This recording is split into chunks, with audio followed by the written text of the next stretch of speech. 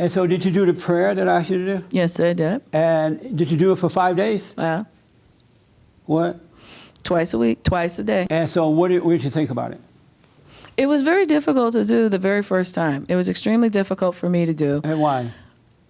It brought up a lot of emotion. It brought Yes. up a lot of emotion. And then you did it all week. Did it get better during the week? It was still difficult because I always have things that are always distracting me with my attention in my head. I'm thinking, okay, to sit still for 15 minutes to do that, I'm thinking, and then try to clear everything out of my head. It's always come, oh, I need to go do this. Oh, I need to go do that. So it was difficult. Yes.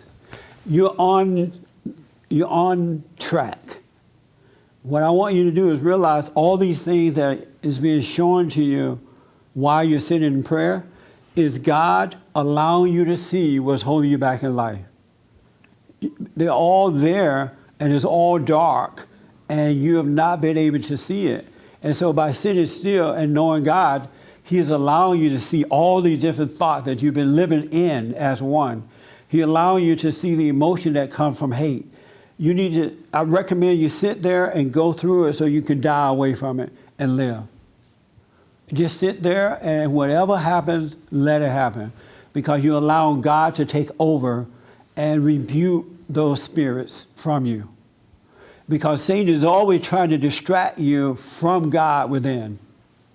There's a quiet, still, voiceless voice, a teacher that is within us, but he reveals things to you, and Satan talks to you. And so Satan is always talking to you, so you won't hear the quiet, voiceless voice of God.